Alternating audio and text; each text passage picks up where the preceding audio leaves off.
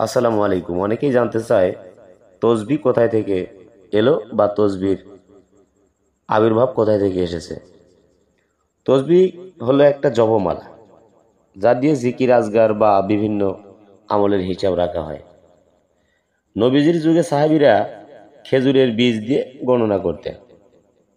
এটা আস্তে আস্তে তসবিহ হতে রূপান্তর করা হয় বা এটা তসবিহ হয়ে আসছে। মানুষ এটা পর্যায়ক্রমে যখন মানুষ দেখতে পারছে যে আসলে গণনা করার জন্য একটা জিনিস যেহেতু প্রতিবার দরকার হয়, খেজুরের বীজ, জাম বীজ, বিভিন্ন বীজ মানুষ ব্যবহার করত, জলপাইয়ের বীজ, এগুলো ব্যবহার করতে করতে যখন আস্তে আস্তে মানুষ চিন্তাধারা করলো যে আসলে এটা যদি বারবার তো হারিয়ে যায়, সমস্যা হয়, অতএব এটা যদি এক জায়গায় করে রাখা যায় তাহলে মনে হয় ভালো হয়। এখান থেকে এটার আবির্ভাব।